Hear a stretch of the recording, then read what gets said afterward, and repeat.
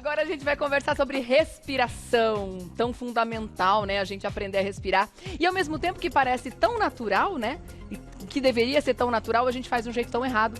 Por isso que a gente precisa desses profissionais incríveis para nos ajudar. Vamos conversar com a Viviane Lara, que é fisioterapeuta especialista em emergências. Bem-vinda. Obrigada. Tudo bem? Prazer te receber. Bem, prazer é meu. É verdade que a gente respira muito errado no dia a dia? Verdade. Nós mulheres mais ainda. É. E por que isso? Qual que é a explicação? Cultural. Normalmente a gente usava espartilhos, a gente usa roupa mais apertada, a gente gosta de um abdômen mais chapado, nossa respiração começa a ficar muito mais superficial e aqui nessa parte aqui de cima. Os homens não, são mais relaxados, né? Eles têm um relaxamento natural, então eles respiram com mais amplitude, é isso que faz a diferença de nós para eles. Então o que seria a gente dizer que uma respiração está errada? É uma respiração curta? Uma respiração que não preenche os pulmões ou uma respiração muito acima, que não usa o abdômen também? Qual seria a forma correta de se respirar? Perfeito. O diafragma, ele tem que excursionar, ele desce e a barriga vai para fora, né? Com isso, a gente tem a amplitude máxima do pulmão. Tá. E se a gente não faz esse movimento do abdômen, a gente não consegue essa amplitude máxima. Então, se a gente conseguir respirar dessa maneira, levando o abdômen para frente, a gente consegue insuflar bastante o pulmão e faz a função dele, que é a troca gasosa. E a gente consegue aprender isso em qualquer momento da vida, desde a infância até, eu tenho, sei lá, 70 anos, respirei errado minha vida inteira, não vai ser agora. Qualquer momento é momento da gente aprender a respirar? Com certeza. E isso pode evitar doenças? Ele faz você, quando você entende que a célula precisa de oxigênio para viver e que se a gente consegue fazer uma respiração melhor, a gente tem mais oxigênio. Tá. Então isso de certa forma pode evitar algumas doenças, sim. Tá. Agora a gente tem ouvido falar muito sobre o comprometimento dos pulmões com o Covid. Sim. Não só Covid, mas tantas outras doenças que também acometem, pneumonias e etc. Né? Quando a gente ouve dizer que existe 50%, 60% de comprometimento do pulmão, o que isso significa na prática? O que aconteceu com esse pulmão? Esse pulmão está inflamado. Então essa parte você deve ter ouvido falar também de, quando a gente fala de raio-x com vidro fosco, esse nome também ficou bastante popular. Ficou. Essa região, ela não está fazendo a função adequada. Então é por isso que as pessoas falam que a saturação baixa, o oxigênio baixa no sangue. Porque essa porcentagem de acometimento quer dizer que esta porcentagem não está funcionando adequadamente. Tá. Quanto maior a porcentagem, mais grave está o paciente. Agora, com essa cepa nova, muitas pessoas estão bem preocupadas, porque a evolução tem sido muito rápida, evolução no mau sentido, né? Evolução para pior, né? Perfeito. De um pulmão inflamado, de um pulmão comprometido. E aí muitas pessoas acabaram adquirindo um oxímetro, né? Que você inclusive trouxe aqui para mostrar pra gente como ele funciona, para ficar justamente de olho nessa oxigenação. O que seria uma oxigenação ideal? Até porque muitas pessoas estão contaminadas, mas não tem indicação de internação, nem de ir para o hospital. Mas tem que ficar atentas nesse índice, não é? Perfeito. O oxímetro, ele é utilizado normalmente no ambiente hospitalar ou na clínica, né? Mas isso difundiu bastante, como você falou. Uma oxigenação adequada para nós, por exemplo, seria em torno de 96, 97, 98, 99, estaria dentro do padrão adequado. Tá. Para um idoso que tiver uma doença pulmonar, por exemplo, pode ser o suficiente 88%. Então, isso varia bastante. É difícil a gente falar o que é importante para você, o que é ideal para você, porque isso pode ter uma função até negativa para as pessoas, elas ficarem apavoradas e correrem para o hospital, e sendo que os hospitais estão lotados. Então, o oxímetro é importante assim. Se o médico entender que você tem que calcular essa oximetria e quando você deve ir para o hospital, hoje tem telemedicina, tem muita gente que ajuda em relação a isso. Mas vamos falar para todo mundo? 95% e 96%. Tá, de uma forma geral, né? Isso, Quando a gente fala para a maioria das pessoas, exatamente. Mas tudo tem que ser avaliado caso a caso. Perfeito. E como é que ele funciona? Aproveita e já explica pra gente. Ele é muito simples, né? Ele é um botãozinho que você aperta. Lembrando o que pode afetar. Se a unha estiver colorida igual a minha, obrigada. Se a unha estiver colorida igual a minha, pode afetar de alguma maneira. Se estiver muito frio, também pode afetar. E você coloca ele no dedo. Colocando, eu medi de todo mundo aqui hoje, viu? É mesmo? Ah, não vamos embora sem bastante medir. gente. E aí você consegue verificar. Vou fazer assim para você ver. Isso. Embaixo, aqui tá um pouquinho frio. Ele deve aparecer. Demora um pouquinho. Segundos, dependendo da pessoa, parece que pega mais rápido. Isso, ó, 98% é a minha saturação agora. Vira um pouquinho só mais a tela. Isso aí. Aí, perfeito. Certo? Tá. Então Ótimo. você tá tranquila. Tô tranquila. Todos estamos aqui, de todo mundo que eu medi. Ai, que bom. Isso é muito importante a gente saber. Agora, quando essa pessoa perdeu a capacidade plena de funcionamento do pulmão, em virtude de Covid ou de qualquer outra condição, Essa recuperação ela pode ser rápida com o apoio de um profissional ou isso naturalmente vai voltando? A fisioterapia respiratória, que também tem entrado muito em pauta nos últimos tempos, né? A gente tem falado bastante sobre isso. É absolutamente necessária nesses casos. O que você tem a dizer sobre essa volta da capacidade plena do pulmão? Perfeito. Vamos colocar dois pontos. Um paciente ficou muito grave, ficou entubado, ficou muito tempo internado. Esse paciente, ele obviamente vai ter um comprometimento maior durante mais tempo do que um paciente que foi leve, né? Eu, por exemplo, fui bastante leve, mas eu, por exemplo, não conseguia subir escada. Né? Então, assim, apesar de ser muito leve, eu tive o comprometimento da minha funcionalidade. O fisioterapeuta, ele vai trabalhar exatamente essa funcionalidade, o que você perdeu. Eu não tenho o objetivo de me tornar uma atleta, porque eu não era anteriormente, mas eu quero subir uma escada de uma maneira adequada, como eu era anteriormente. Exato. Muitas pessoas relatam a mesma coisa. Perfeito. A minha diretora é a mesma coisa. Se ela vem do 7º pro 8º, que ela chega super ofegante e não precisou de internação, não evoluiu para uma situação grave de hospitalização. Perfeito. E mesmo assim sente esse cansaço. Exatamente. Então, nesse caso, a fisioterapia precisa entrar como um tratamento. Sim, você vai se recuperar mais rápido se você treinar melhor os músculos respiratórios, os músculos do membro inferior, por exemplo, das pernas. Você vai ficar mais apto para você fazer as suas atividades que fazia antes. Mas precisa realmente desse tratamento ou é só uma questão de velocidade? Por exemplo, naturalmente, essa função ela vai voltar. Sim. Mas ela pode demorar 1 ano, pode demorar, sei lá, enfim, tô aqui chutando um tempo. Se a gente tratar, a gente tem esse retorno muito mais rápido. Mas de qualquer forma ele volta. Sim, normalmente ele vai voltar. Agora, se o comprometimento, lembra do paciente grave que eu acabei de falar? Esse paciente precisa realmente, porque às vezes ele vai embora para casa necessitando de oxigênio.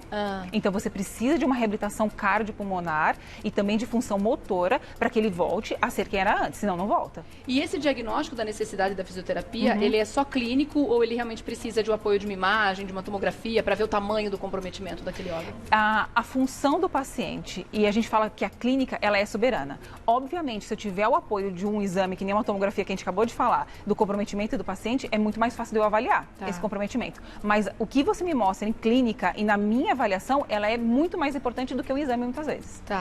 E existem sequelas que são irreversíveis para esses pacientes que ficaram muito graves, que ficaram entubados por muito tempo? Porque tem pacientes que ficam mais de mês, né, entubados numa UTI. Existem sequelas que podem ser irreversíveis? Sim, é uma cicatriz que você vai ficar no pulmão. Só que o pulmão ele é altamente flexível, digamos assim. Se você cicatrizar aquele tecido, o tecido não volta a ser o que ele era antes. Então, algumas pessoas realmente podem ficar com situações irreversíveis. A gente está realmente conversando bastante ultimamente sobre a importância da respiração, né? Acho que a Covid trouxe luz a isso, né? E aí existe uma polêmica que eu acho muito interessante muito pertinente a gente conversar sobre isso, com relação ao uso das máscaras, até porque agora está se preconizando o uso de máscara dupla, né? Ou uma máscara muito mais fechada, com muito mais filtragem, ou então 2 máscaras, uma de tecido mais uma descartável cirúrgica, né? E aí existe é muito complicado quando ciência vira uma questão de fé, né? Porque tá muito maluco isso. Existe um grupo de pessoas que acredita que você está respirando um ar viciado, que você está... Eu vi um vídeo assim, escandaloso hoje de manhã no Twitter de uma paciente pedindo para o médico colocar a máscara. Você assistiu esse vídeo também? Então, para quem não viu, ela pedindo para o médico colocar a máscara para o atendimento dela, porque provavelmente aquele médico já atendeu outras pessoas contaminadas naquele mesmo dia e, obviamente, ela estava com medo de se contaminar. O médico dizia que não ia colocar máscara porque ele não queria fritar o próprio cérebro usando máscara sem necessidade. Então, explica pra gente o que seria isso das pessoas acreditarem que a máscara não deixa o CO2 embora, não consegue fazer essa troca de oxigênio do gás carbônico, enfim. Para a gente acabar de uma vez por todas, ou pelo menos tentar trazer uma luz para esse assunto, doutora. A gente tem que imaginar que esse ar que a gente respira é um ar que tem gás carbônico. Então, ele não é um ar que vai fazer mal, tem uma porcentagem de oxigênio. E nisso, quando a gente coloca uma máscara, o que acontece? A gente tem uma reinalação do ar que a gente está soltando, que ele é rico em gás carbônico, mas não o suficiente para causar qualquer malefício. Então, a gente pode sim usar a máscara.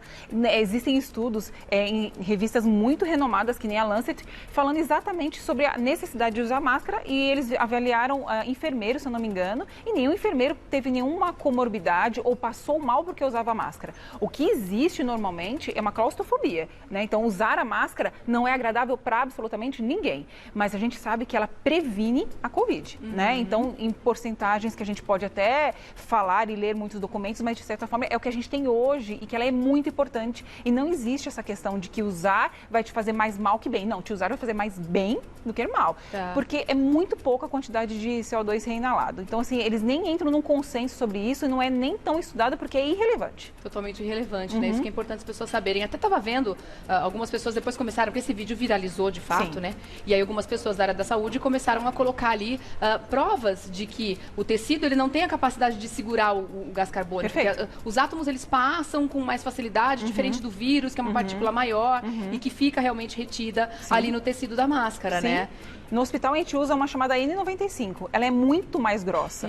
E eu posso dizer com certeza que nesse mais de um ano a gente encontrou milhares de pessoas, ninguém nunca passou mal por conta da máscara ou porque reinalou CO2 ou teve alguma alteração no sangue por conta disso. Então, realmente é irrelevante, é uma situação que assim, é de respeito de mim para você, de você para mim ao uso da máscara. E é lei. Né? Então não tem nenhum tipo de observação que a gente possa fazer que seja maior que isso. Quando isso vem do médico é meio assustador, né? Sim. É bem assustador, né? Bom, você trouxe aqui outros equipamentos para explicar pra gente como é que funciona essa questão da fisioterapia respiratória para recuperação do pulmão no menor tempo. O que é essa máscara? O que ela faz? É um dispositivo de ventilação mecânica não invasiva. Tá. A gente tem ouvido falar que pessoas mais graves ficam entubadas, ficam durante muito tempo sob ventilação mecânica. Esse aparelho aqui, ele consegue fazer exatamente a vez da ventilação mecânica, né? Essa aqui é uma máscara que você pode utilizar e você coloca no rosto do paciente e você retira.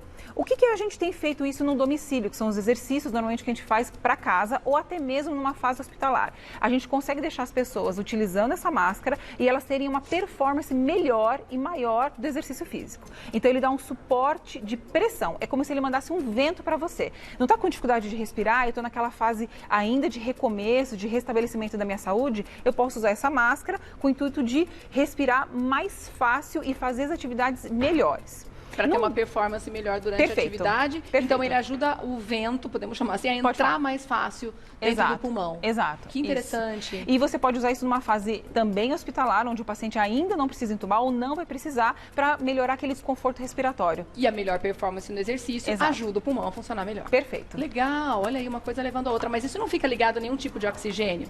Pode ser ligado com uma suplementação de oxigênio. Mas nesse caso aqui, só o equipamento ele pega este ar e dá com força para você. Essa máscara é ligada nesse equipamento? Nesse equipamento, exatamente. Entendi. Nesse equipamento, com essa mangueira, e ela dá uma força e dá muita eficiência para o paciente durante o exercício. Porque o que ele tem hoje é fome de ar. Não, e ele não consegue fazer os exercícios que a gente propõe para ele. Com isso, eu dou suporte dessa pressão ventilatória para que ele consiga fazer os exercícios. Né? E numa fase inicial no hospital, ele também pode utilizar com as medicações, aí ele consegue ter uma performance melhor, um conforto também muito maior. A gente tem uma animação, um videozinho muito interessante que você trouxe pra gente. Vamos colocar no ar? Porque assim a Viviane consegue explicar pra gente como é que é o funcionamento do pulmão, pra gente entender a entrada e saída do ar. Eu queria que você explicasse. Perfeito. Tem como a gente rodar, diretora, por favor? Que acho que é o vídeo 1 que ela trouxe pra gente.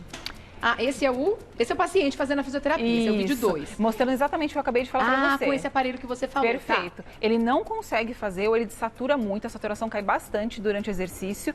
E quando a gente usa a máscara, ele tem um suporte de pressão ventilatória e ele consegue fazer mais e melhor o exercício. Olha aí que interessante, gente. Mas não é o caso da pessoa adquirir um equipamento como esse, é porque imagino que isso... tem que ser muito bem indicado. Né? Exato. Ele é um aparelho que pode ter valores bem diferenciados, ele pode também ser alugado, mas assim, não precisa comprar. Espera a indicação de um fisioterapeuta para isso. Tá certo. Agora, você falou uma coisa bem importante de pessoas que estão deixando de fazer exercício físico, porque eram acostumadas a fazer, por exemplo, fora de casa, ou no ambiente da academia, ou em áreas livres, como parques que estão fechados e tudo mais. E a gente sabe que o exercício físico é muito necessário para imunidade, para que a gente fique saudável, para que a gente consiga combater né, os agentes agressores né, com mais facilidade.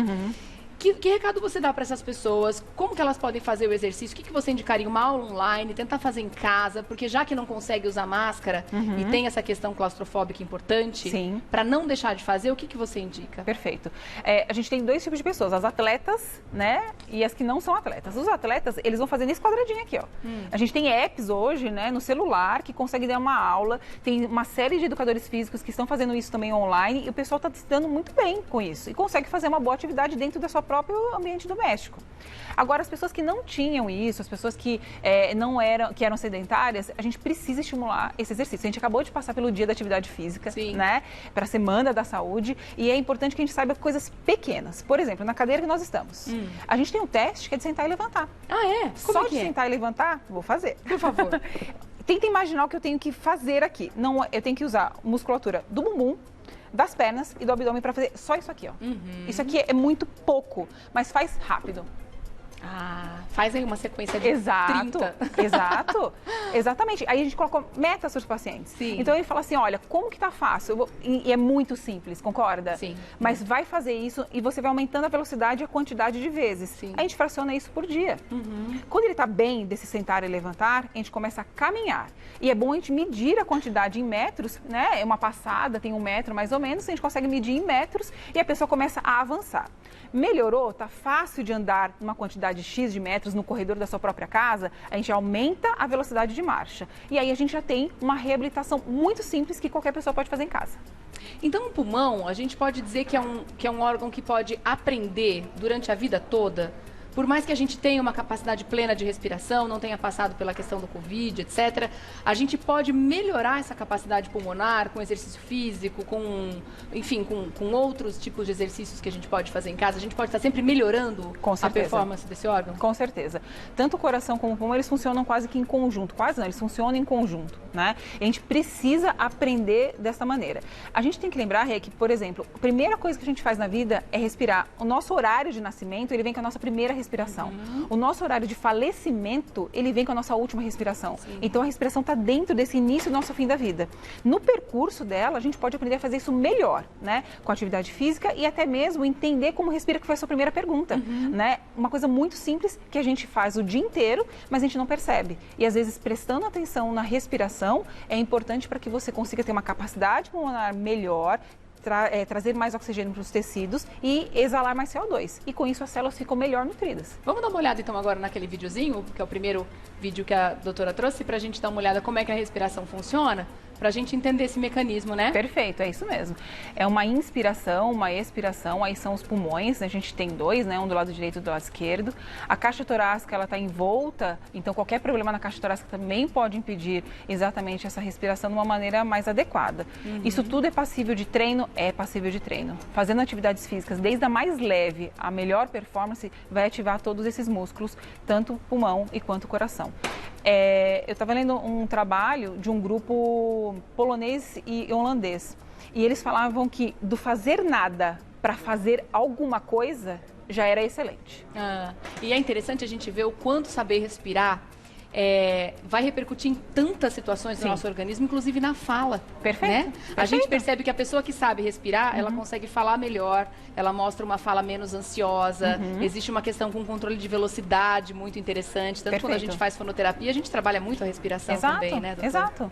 E é muito interessante isso. Quando a gente fala, por exemplo, em aprender a respirar, e a gente fala, como será que eu posso colocar isso na prática de uma forma simples no meu dia a dia? Eu me lembro fatalmente na hora da meditação. Eu comentei aqui sobre meditação e respiração, porque para mim são coisas que andam muito juntas, assim, porque eu tento fazer esse exercício na maior parte dos dias, né? Para, inclusive, aprender a respirar. E não tem nada a ver, não tem nenhum tipo de cunho religioso. Muitas vezes as pessoas falam em meditação, já pensam em budismo, etc. Não. A meditação, ao meu ver, é sentar e prestar atenção no que você está fazendo ali naquele momento, que é nada. Só respirar. E isso é tão valioso porque a gente não percebe, como a gente estava falando desde o começo do assunto, né? A gente respira sem perceber. Então, só o momento, se a gente conseguir 1 minuto por dia parar e perceber a respiração, já é valiosíssimo, né, doutora? Perfeito.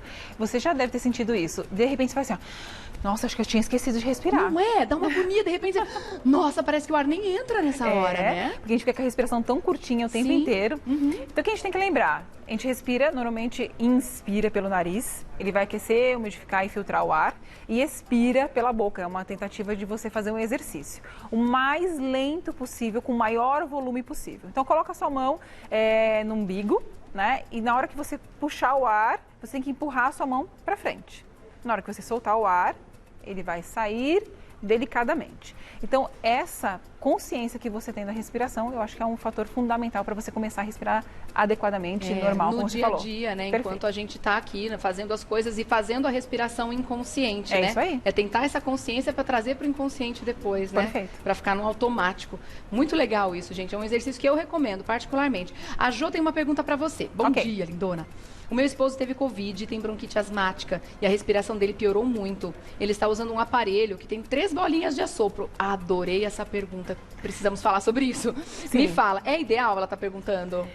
Esse aparelhinho que ela acabou de falar, primeiro que ela não está fazendo certo, ele é para puxar o ar, né? E não para assoprar. Talvez as bolinhas não estejam subindo. Tá. Eu vou falar a Jo, né? É Jo? Jo. Jo.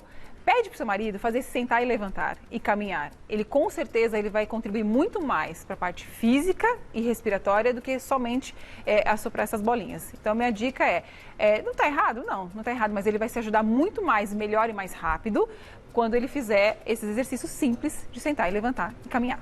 Então, quer dizer que ele tem um benefício muito maior no exercício. Perfeito. Do muito que mais completo. ali só localmente trabalhando a respiração. Perfeito. Porque está trabalhando o corpo todo também. Exato. Legal, boa dica. Viviane, obrigada, minha querida. Eu que agradeço. Te esperamos aqui numa próxima oportunidade para conversar Muito mais obrigada. o assunto necessário, né? Muito obrigada. Viviane Lara, fisioterapeuta especialista em emergências. Você começa a seguir, faz contato através do @Viviane com I Lara. Tudo junto. Viviane Lara. Obrigada, meu Obrigada. amor. Prazer te conhecer, Prazer viu? é meu. Até uma próxima. Até a próxima. Obrigada.